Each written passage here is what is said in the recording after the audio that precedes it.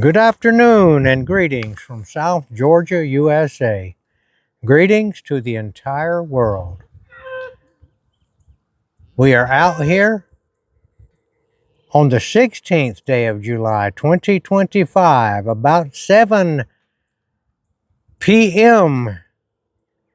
in the evening of a beautiful, almost partly cloudy sky. Dragonflies buzzing around up there. I see them doing their thing. And I'm out here doing my thing, which is to take care of this vineyard or this orchard. I have various trees. I'm going to read you a parable that Jesus said that was recorded in Luke 13:6 through 9 in the King James Version of the Bible. And then I'm going to endeavor to make a practical application of this parable that may help you understand, and it certainly may help me understand. Reading from Luke 13:6 through 9. He spake also this parable. A certain man had a fig tree planted in his vineyard, and he came and sought fruit thereon, and found none. Then said he unto the dresser of his vineyard or vineyard, Behold, these 3 years I come seeking fruit on this fig tree, and find none.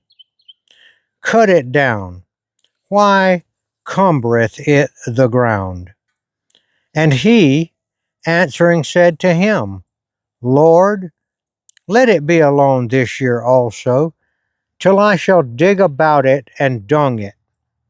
And if it bear fruit, well, and if not, then after that thou shalt cut it down.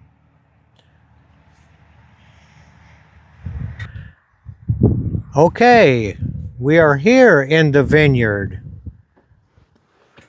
And I am the man who owns the vineyard.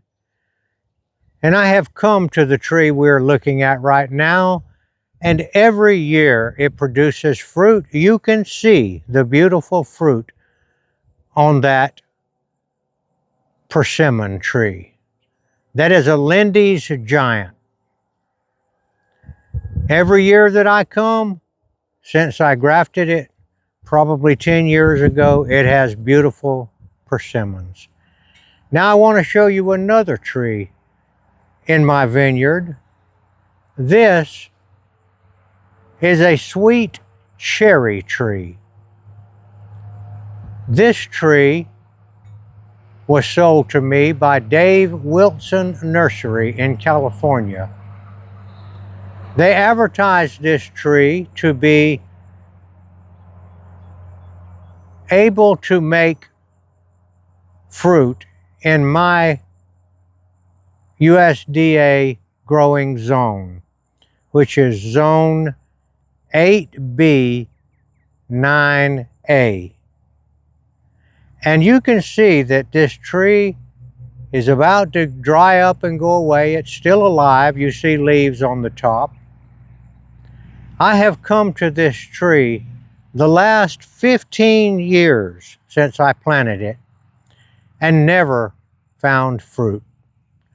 I did dig around it. I did dung it. I did keep it clean and protect it, but no fruit.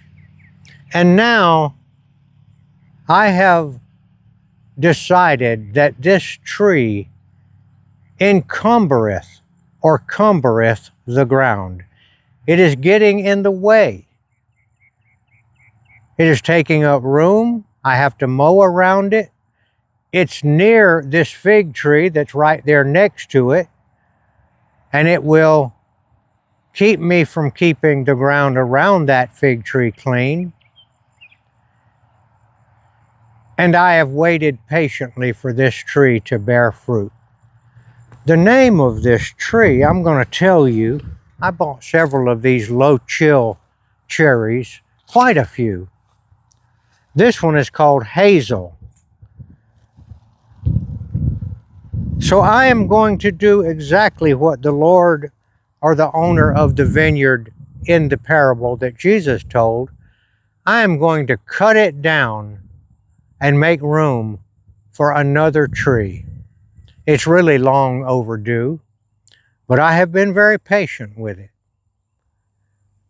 This is one of the last ones of these so-called low chill varieties that is left. Now I'm not going to chop it down because I want to pull it up root and all. I even want to get the roots of this tree up. And then I'm going to take it and burn it. And that's what Jesus will do with the trees in his vineyard that never bear fruit. They will be cut down, and the space then will be available to put in a new tree.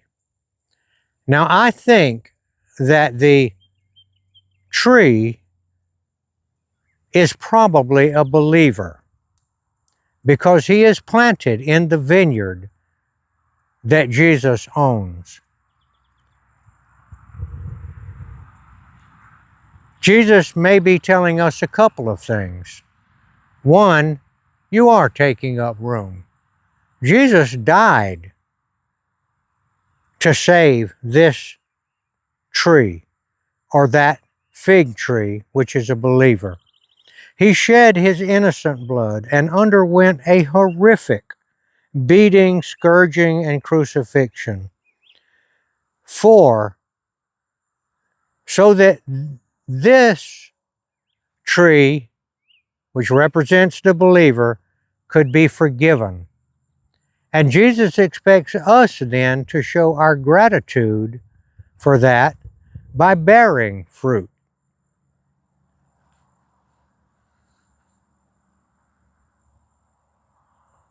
And the fruits of the Spirit, you know what they are: joy, peace, love, long-suffering. But this particular tree, although I believe it is saved, is not bearing any fruit. Kind of not paying attention to Jesus anymore. So what does that mean for the believer that has been a believer for quite a while, but is still kind of straddling the fence between the world, the flesh, and the Spirit? If you want to hang around a little bit longer and do your part, bear fruit, then try to figure out how to bear fruit. And that's a subject for another video, but I will tell you one way you can bear fruit. I ran into a man today in Walmart. He was in a wheelchair. He was in pretty bad physical condition. 50-something years old. And when I walked by and he rode by in his wheelchair, he gave me a very nice smile, made eye contact. And I said to myself, that looks like fruit of the Spirit to me. I see joy in this man's face because I reasoned, when do we have joy? Well, we have joy when we believe and thoroughly believe that we will go to the kingdom of heaven when we die.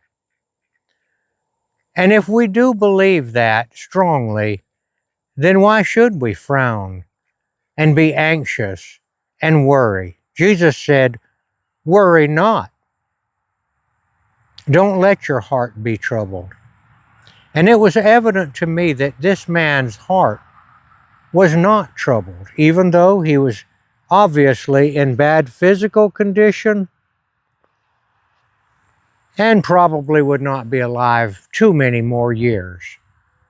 But I would venture to say that because he is joyful. I could see it in his face.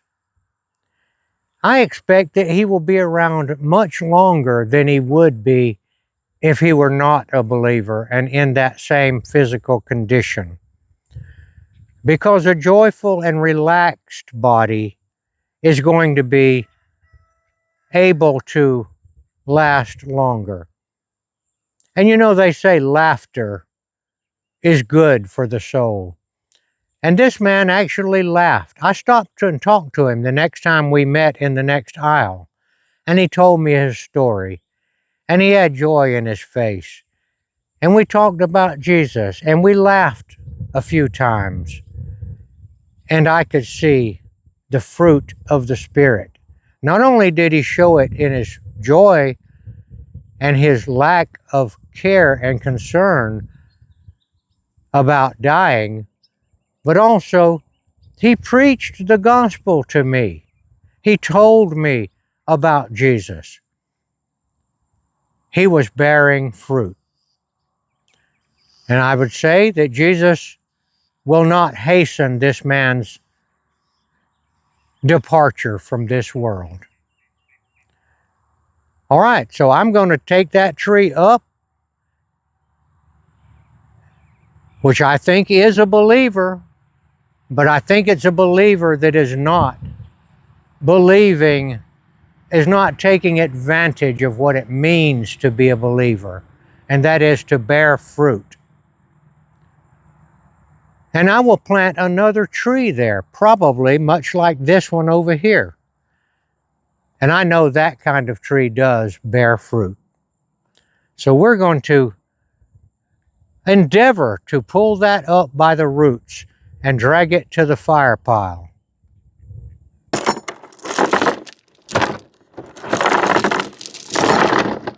Like I said, I am not going to cut this tree down like the parable suggested, because I want to get the roots also, but it amounts to the same thing. This tree that is making no fruit is going to be deleted because it is taking up room. We'll see what happens.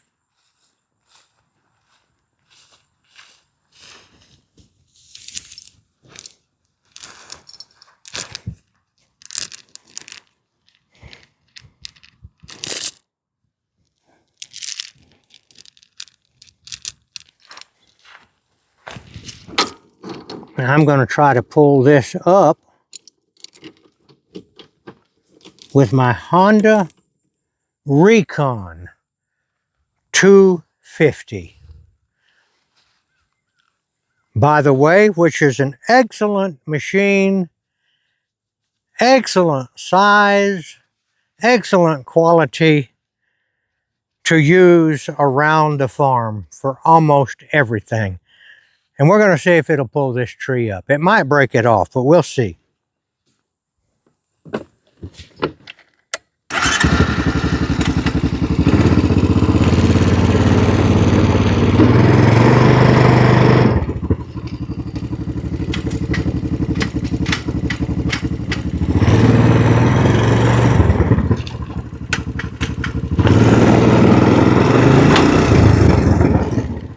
Oh, the chain fell off.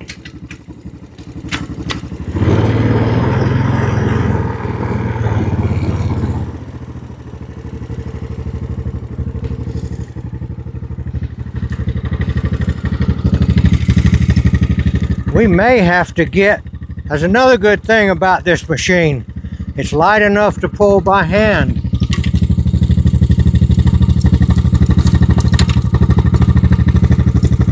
Come on now, don't fall off this thing.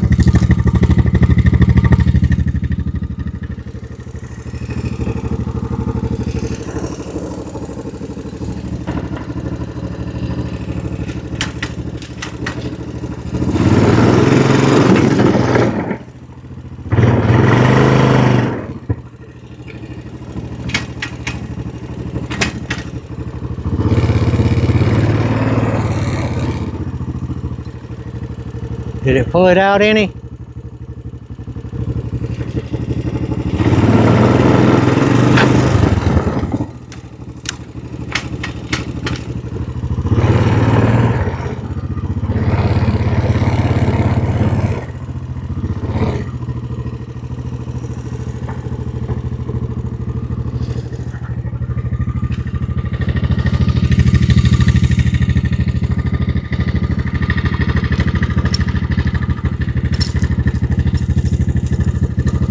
I'm having trouble with this thing coming unhooked.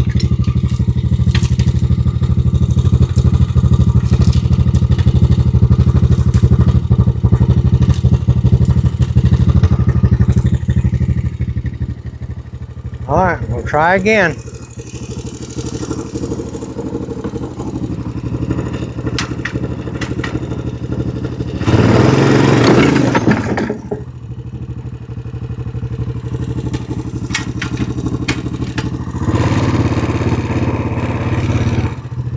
Is it still hooked up?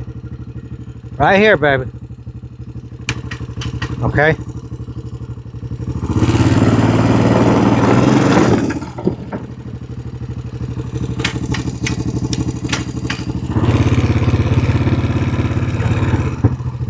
It coming a little more each time?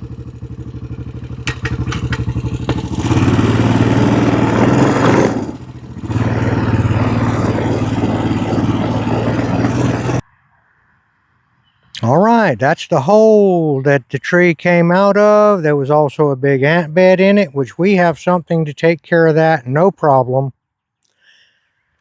And now we can get this mowed, cleaned up, get the fire ant killer in it, and we will have room, and it will not cumbereth the ground anymore. So we're going to drag that off to the fire pile. And I thank you for watching. I hope that that might have given a kind of an interesting, real live take on the parable that Jesus told about the fig tree that he went 3 years in a row with to look to find fruit and did not find it. I thank you for watching. We're going to say the Lord's Prayer, and I want to look and show you what kind of beautiful vapor that God has put up in the air. That's water. Now, how is it that that water is hanging up there? Literally tens of thousands of pounds of water floating above the ground. It's a miracle. Would you say the Lord's Prayer with us? Our Father, who art in heaven, hallowed be thy name. Thy kingdom come, thy will be done, on earth as it is in heaven. Give us this day our daily bread, and forgive us our trespasses, as we forgive those who trespass against us. Lead us not into temptation, but deliver us from evil. For thine is the kingdom, and the power, and the glory forever. Amen.